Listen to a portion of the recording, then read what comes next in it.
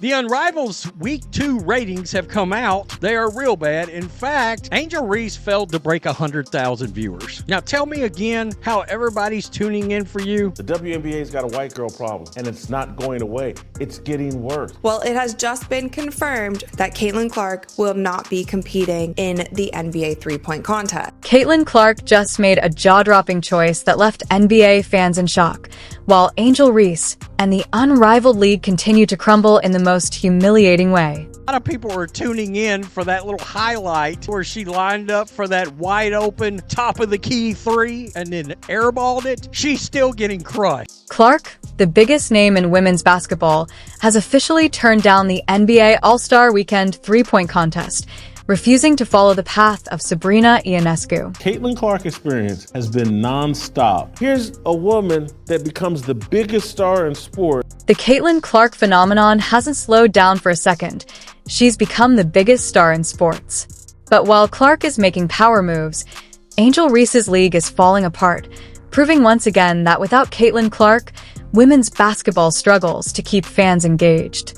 Without Caitlin Clark, the ratings were going to be a dumpster fire rolling downhill on a tire fire, and that's exactly what we've got. Remember when Reese claimed fans were tuning in because of her? Well, the latest Unrivaled League ratings have completely exposed that as a lie, with some games barely crossing 75,000 viewers. Meanwhile, Clark's WNBA matchups continue to smash records, pulling in millions. Caitlin Clark's season is over does not mean we are going to stop talking about her, so let's continue. In today's video, we're breaking down why Caitlin Clark's NBA rejection is actually a genius move, how Angel Reese's Unrivaled League is struggling without her, and why Clark's decision is about to reshape women's basketball forever.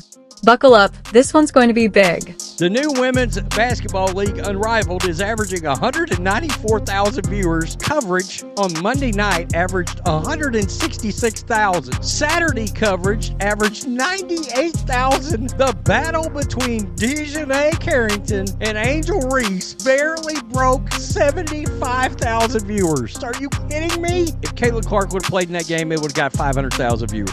Let's start with the facts.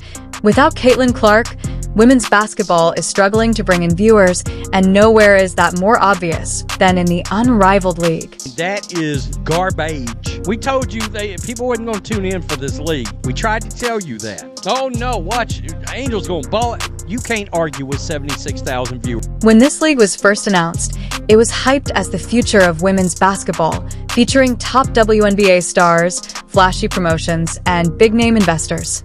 But just 2 weeks in, it's already turning into a disaster, and the numbers don't lie. It's Angel Reese showing up in a G-string at all these parties. That's what's made the WNBA popular. It's a joke. They got a white girl problem. Here's the problem. The latest Unrivaled League viewership stats are downright embarrassing. Week 2 ratings have crashed below 100,000 viewers, with some games barely reaching 75,000. Keep in mind, this was a league that was supposed to attract millions. Nobody is coming close to the power of the Caitlin Clark effect. Like, they're just not. You and I both know, right? We both know. No Caitlin Clark, no watch. No Caitlin Clark in the league, no watch. Caitlin Clark's in that league, viewership doubles, if not triple. And the worst part? One of those low-rated games featured Angel Reese herself, the same player who once claimed she was driving women's basketball's popularity. Yet, when Caitlin Clark isn't involved, the numbers tell a completely different story. That we need to just realize Angel Reese is playing, and she's been very big on herself as being a massive draw. If that is in fact the truth, then why are people not watching with the same excitedness that they were watching Caitlin Clark? Meanwhile, the difference in Clark's impact is undeniable. When Caitlin Clark plays, millions tune in. Her WNBA matchups consistently break records, pulling over 2 million viewers per game. Even networks that aren't known for sports broadcasting have crossed 1 million viewers when Clark is on the court. But Angel Reese? She can't even get 100,000 people to watch, proving once and for all that fans are tuning in for Clark, not Reese. Oh my God, why did this white girl hit this shot? What? Oh, this is terrible. We couldn't have checked some black girl in to knock down this shot? The white players are playing too well in their league, and it's bothering. And it's not just the ratings exposing Reese. It's her on-court performances, too. Viral clips from recent Unrivaled League games show her airballing wide-open threes, missing easy layups, and failing to carry her team. She's 22, 23. She can barely hit layup. She's getting paid $74,000 for the WNBA. She's got, I'm sure, endorsement deals into the seven figures. She's bragging how much money she makes, and she doesn't need her WNBA salary. Unrivaled was supposed to be a high-energy, offense-driven league, yet Reese's biggest highlights have been her mistakes. Fans are calling her out, with one viral tweet summing it up perfectly. Caitlin Clark is a basketball player. Angel Reese is an Instagram model. The one thing we know that women's basketball is not comfortable with, good marketing. Caitlin Clark are good marketing. I mean, Caitlin Clark comes in the WNBA, their cash cow, shows up, they avoid her. They think Caitlin Clark is the COVID. The whole league just tried to stay away from her as much as humanly possible when they should be entirely leaning in. The reality is clear. Without Caitlin Clark, the Unrivaled League is collapsing. Angel Reese was never the ratings magnet she claimed to be. She was just riding Clark's wave. Angel Reese, really unlikable. It's hard for most men to dislike a woman who puts her butt on display everywhere she goes, and she's got a pretty big one and a good one. But she's unlikable. Now, let's talk about the shocking move Caitlin Clark just made. One that left NBA fans stunned, and once again proved she's in complete control of the basketball world.